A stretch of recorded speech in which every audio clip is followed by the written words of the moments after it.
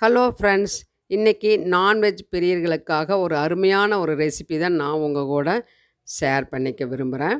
அதாவது ஆட்டுக்கால் சூப்பும் ஆட்டுக்கால் பாயாவும் இன்றைக்கி ரொம்ப ரொம்ப அருமையாக இருக்குங்க. இது கை கால் வலி, ஜாயிண்ட் பெயின் இருக்கிறவங்க இவங்க எல்லாம் கண்டிப்பாக வாரத்தில் ஒரு தடவை இது சாப்பிட்டா வலியெல்லாம் பறந்து போகுங்க. அவ்வளோ சூப்பராக இருக்கும். நம்ம வீட்டிலையே நம்ம ஹெல்த்தியாக ஹைஜீனிக்காக செய்யலாம். Welcome back to Nalli Sundar's kitchen. இன்றைக்கி ஆட்டுக்கால் சூப்பும் ஆட்டுக்கால் பாயா எப்படி செய்யலான்னு பார்க்கலாம் வாங்க. அதுக்கு 2 ஆட்டுக்கால் வாங்கி அவங்களே கடையிலேயே சொன்னீங்கன்னா நல்லா வாட்டி இந்த மாதிரி கட் பண்ணி தருவாங்க. அதனால தான் இந்த பிளாக் கலரில் இருக்குது. தெரியுதா உங்களுக்கு? இது நல்லா வாஷ் பண்ணி எடுத்து வச்சுருக்கிறேன் நான் ஒரு 3, 4 டைம்ஸு. இருந்தாலும் பத்தாது. மஞ்சத்தூளும் கல்லுப்பு போட்டுட்டு கை வச்சு நல்லா பெசறி விடணும். கையாலேயே நல்லா பெசறி விடணும். அப்போ தான் அந்த பிளாக் கலர் இருக்குது இல்லைங்களா, நல்லா கத்தி வச்சு தான் நல்லா சுரண்டி இருக்குது. இருந்தாலுமே நம்மளுக்கு சிலதெல்லாம் அப்படியே தான் இருக்கும். ஒன்றும் செய்ய முடியாது. அது ரொம்ப ஹார்டாக இருக்கும், எலும்போடு ஒட்டி இருக்கிறனால.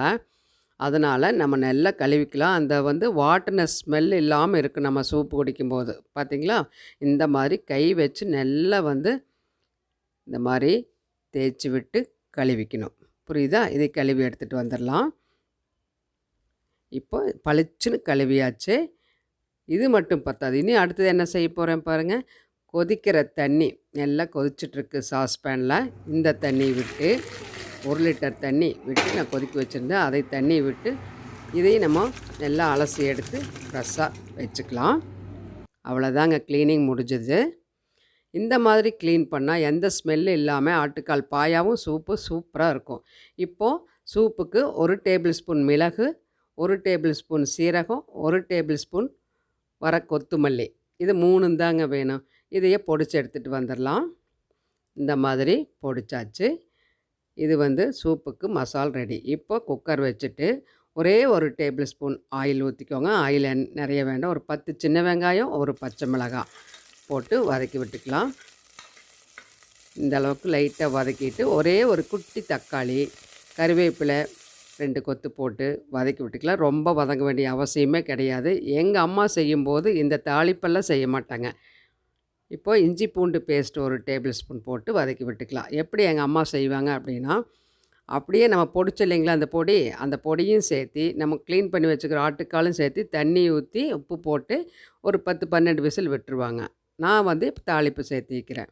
இப்போ அந்த நம்ம பொடித்த மசாலாவையும் இது கூட சேர்த்திட்டு மஞ்சத்தூள் கொஞ்சம் போல் சேர்த்தி நல்லா கலந்து விட்டுடலாம்.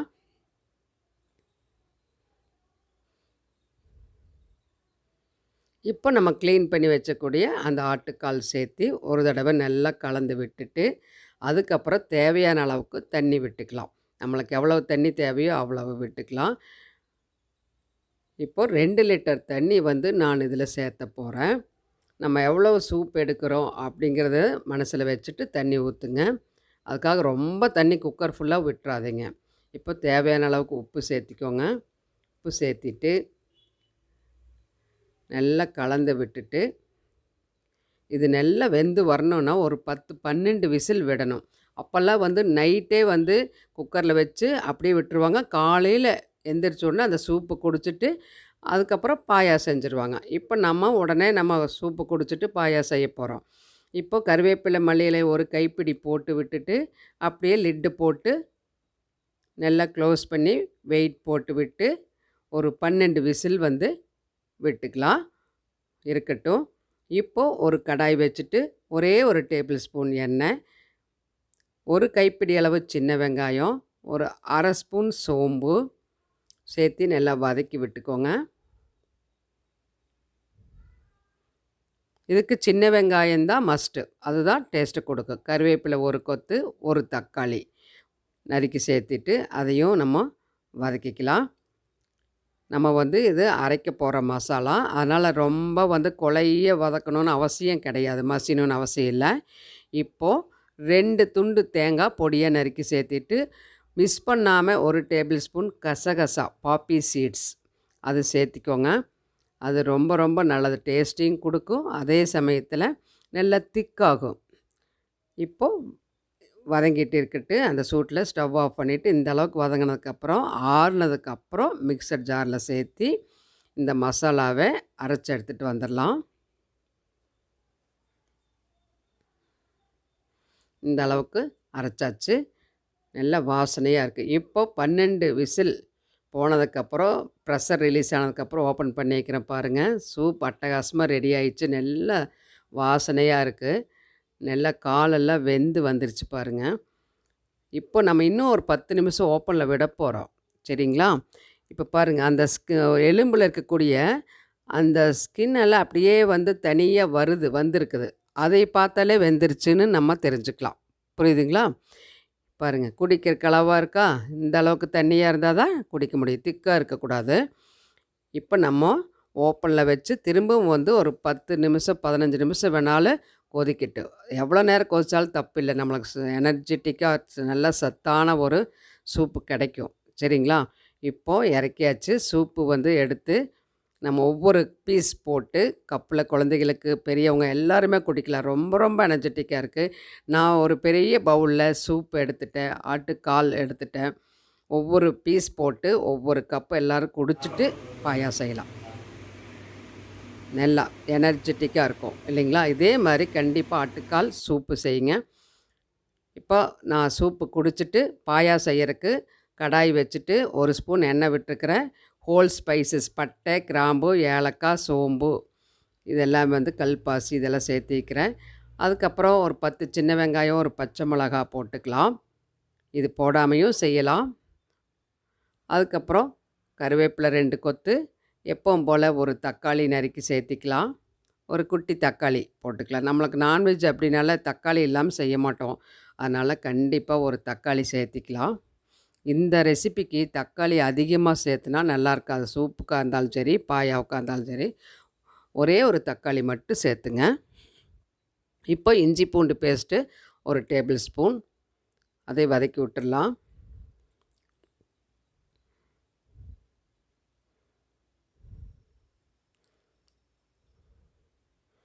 இஞ்சி பூண்டு பேஸ்ட்டு பச்சை வாசனை போன உடனே நம்ம அந்த ஆட்டுக்கால் குக்கரில் இருக்குது இல்லைங்களா, அதையே சூப்பை வடிகட்டிட்டு அந்த பீஸ் மட்டும் நான் சேர்த்திருக்கிறேன். இப்போது அந்த சூப்பு நம்ம குடிச்சிட்டு மிச்சம் திரும்ப வச்சுருக்கிற ஒரு பவுலில் அது கடைசியில் சேர்த்தலாம். அப்போ எப்போ சேர்த்தணும்னு நான் சொல்கிறேன்.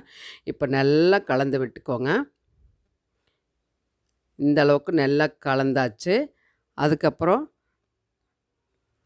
இங்கே வந்து மட்டன் மசாலா இருந்தால் 2 டேபிள் ஸ்பூன் சேர்த்துங்க. அல்லது குழம்பு பொடி இருக்குது இல்லைங்களா, குழம்புத்தூள் இருந்தாலும் சேர்த்துங்க. நான் வந்து மட்டன் மசாலா 2 டேபிள் ஸ்பூன் சேர்த்திருக்கிறேன். சேர்த்திட்டு நல்லா கலந்து விட்டுக்கலாம்.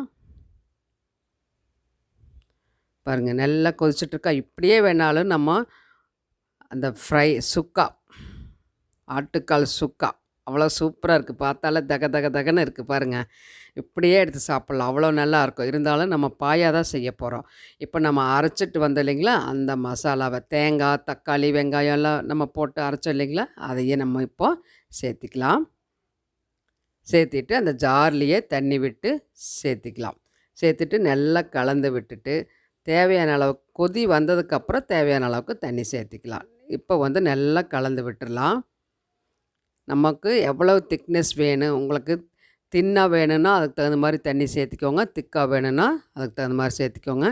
நம்ம வந்து ரைஸுக்கு சாப்பிட்லாம். சப்பாத்தி, இட்லி, தோசை, சப்பாத்தி, ஒயிட் ரைஸ் சூப்பராக இருக்குது. இப்போ பாருங்கள், சூப் இந்த அளவு மிச்சமாகிருக்கு.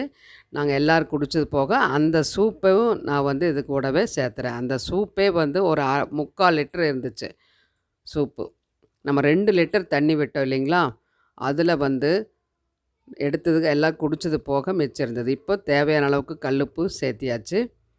அந்த சூப்பு சேர்த்துறனால தான் அளவாக தண்ணி வெடிச்சோன்னேன் நான். இப்போது இந்த அளவுக்கு தண்ணி இருந்தால் போதும். நல்லா கொதிக்கணும். ஆல்ரெடி வெந்திருக்கு. இப்போது லிட்டு போட்டு விட்டாச்சு. ஒரு 10 நிமிஷம் நல்லா வெந்துட்டுருக்கு. பாருங்கள் எவ்வளோ திக்காய் வந்திருக்கு. நம்ம கசகசா, தேங்காய் எல்லாம் போட்டோம் இல்லைங்களா, அதனால் நல்லா திக்காய் வந்திருக்கு. நல்ல கம வாசனையோட அருமையான ஒரு ரெசிபி ஆட்டுக்கால் பாயா ரெடி ஆயிடுச்சு.